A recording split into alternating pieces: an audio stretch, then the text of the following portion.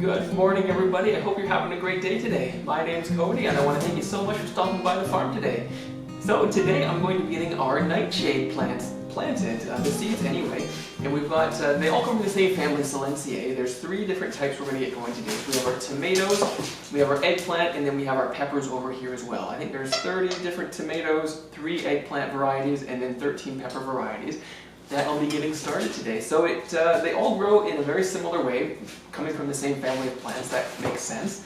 And I want to show you how I go, how I do that.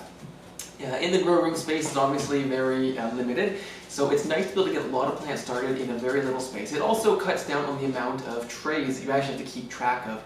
I can get, I think it's 40, 50-ish varieties of plants started on a single tray, and I want to show you how I do that. Before we go into the grow room, I just wanted to say a huge thank you to everyone. So I don't know if you've been following for any amount of time or you follow me on any other social medias, you'll know that a few weeks ago I published my first book. Now it's just a beginner's guide to gardening, and it goes over, you know, important things to consider before you start gardening, as well as there's a few, 5 different vegetables that I cover in depth and how to grow them. And I just wanted to say thank you. It's been so nice to see people who have purchased the book and have been getting feedback on it already, which is fantastic. So I just wanted to say a huge thank you to everyone who supported me in that process there. Another thing that I've been working on is I do sell my seeds. I've got a few here that I've been working on packaging, and I haven't had the opportunity, I guess, or the time to get them up online, and that's something that I've been working on behind the scenes here, trying to get those ready to go. So hopefully in the next little while I should have my seeds available for purchase online. So if that's something that you've been looking forward to, you don't have to wait too much longer for that. Fingers crossed anyway. And yeah, that's pretty much it. I should have most of these guys available if there's any left over from today's planting. But I kind of need these guys for the next generation, so I better get them in the ground. I'll also mention, for the nobody out there that cares, but bringing a jasmine tea today. It's in a butterfly, a little ball form, and it's just absolutely lovely. I love watching the little jasmine tea pearls open up when you add the hot water, and the smell is fantastic. The taste is really quite nice too. So a nice jasmine tea today. Well, I'm in the grow room. I figured I'd just show you a few other projects that we started a couple of weeks ago. These are the little seedlings that I have for our tower garden. I think I did that video a few weeks ago now, and I just wanted to show you guys. I got a new set of rock wool, and I planted a bunch more seeds in there just yesterday, so they haven't sprouted yet. But in our first planting here, we have a few that are doing quite well. So from what I understand, in a tower garden, you want to wait for the plants to get about 3 inches high before you transplant there. So some of these are getting close, and some have a little ways to go yet. Some haven't germinated yet, which I expected that. But slow and steady. So hopefully in a little bit longer, maybe a couple of weeks, we can get some actual plants into the tower garden.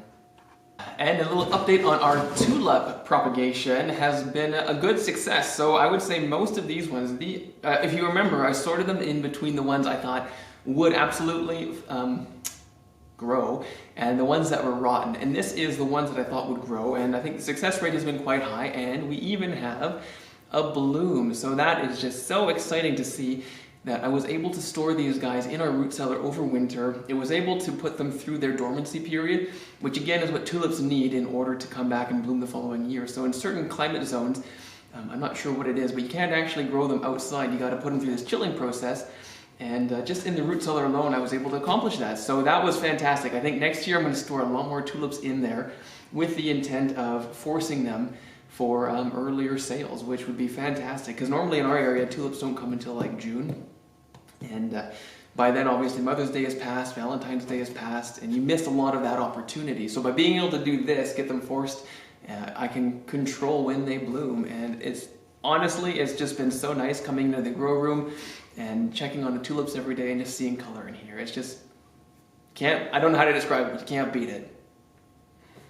Well, I'm here, I might as well show you the tulips that I thought were rotten. So if you'll remember, I sorted them out into 2 bins, and I was going to throw out everything in here. There were quite a few, but if you'll notice, there's a tulip, and there's a little spike. So, and here's one back here. Look at that, we're up to 3 now. And a weed of some sort. But anyway, this was all going to go in the compost pile, and I might get a few tulips out of it. So I mean, yeah, I'm happy about that. just goes to show you can't judge a book by its cover. You might look, tired, rotten, and worn out, but with the right conditions, you can still show your true colors.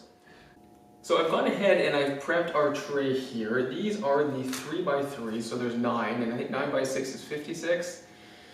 If it's not, one of you will let me know. So anyway, I've got about that many holes, we'll say 56, in this little tray here. Now, that doesn't mean, you could plant one seed per cell, and that would be perfectly fine. But what I'm going to do is I'm going to sprinkle about 20 to 50, depending on the size of the seeds, per one of these cells. And the reason why I can do that is because I'm going to get them started in this very economical way here. I only need to take care of one tray of seedlings, and I can get them sprouted, germinated, and then once they get a little bit of size on them, I'm going to take them and I'm going to pot them onto something that they're going to continue to grow in for quite a bit longer. But the nice way about this is I'm going to be able to pick out the strong seedlings and give them a better start later on. And then I don't have to worry about planting a seed into a larger pot and then that seed not catching, and now you've got a large pot that's taking up space in your grow room that isn't going to produce a plant for you. So this way, I'm not guaranteed how many seedlings I'm going to get, but I don't have to worry about wasting larger space in the future pot, if that makes any sense. So without any further ado, let's start here with an eggplant. This one is Black Beauty. Now obviously with there being close to 50 different varieties, I'm not going to name them all. I might run through them. No, I'm not going to do that. Anyway, the variety here is Black Beauty. The most important thing out of all of this is to make sure you label them properly. So before I even got anything set out, I made sure to label everything, and I'm going to make sure that I keep up with that. These seeds, it's pretty easy to tell the difference between an eggplant, a pepper, and a tomato seed. If you know what you're looking for, they're pretty easy to tell apart. But within those varieties, it's darn near impossible to tell the difference between the seeds. So make sure that you have them properly labeled. And all I'm going to do is take a pinch of seed from my bag and sprinkle them quite generously on there. There we go. Zip that back up and put my tag in there. It's just that simple.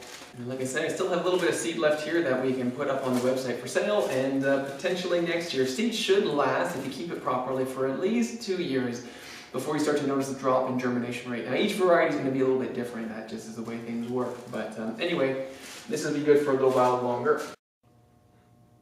And there we go, all of the, all the nightshades, so peppers, tomatoes, and eggplants are all planted up. Don't they look so good in there? Now I'm just going to lightly cover those tops with a bit of potting mix and get them misted and under, well, I'll get them in the window. There we go. The last thing to do is to lightly top these guys with just a little bit of potting mix here, just to cover the seeds up.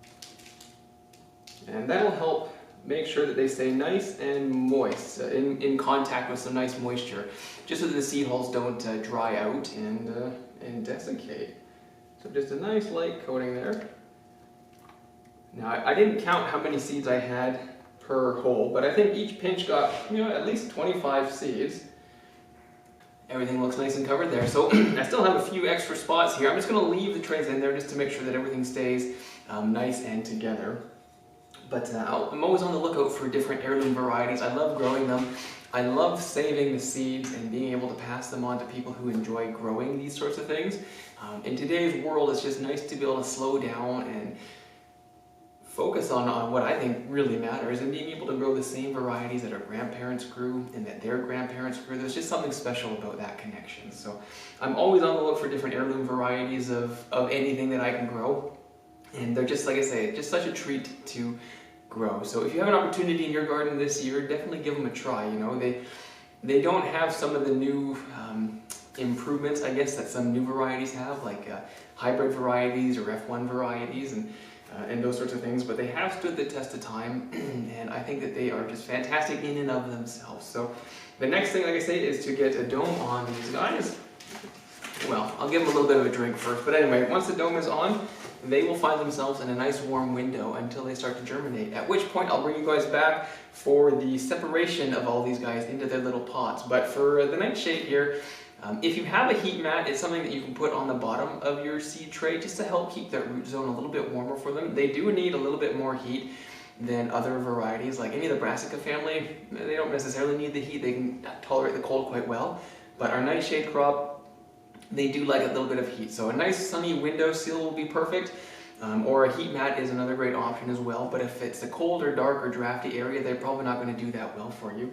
And the last thing that you need is a little bit of patience. So just put these guys down, make sure that the soil stays nice and moist, but not wet. You shouldn't be able to wring any moisture out of the soil if you were to imagine doing that. You know, if you get any water wrung out, the soil's too wet. It should be nice and, I'll say it again, sorry.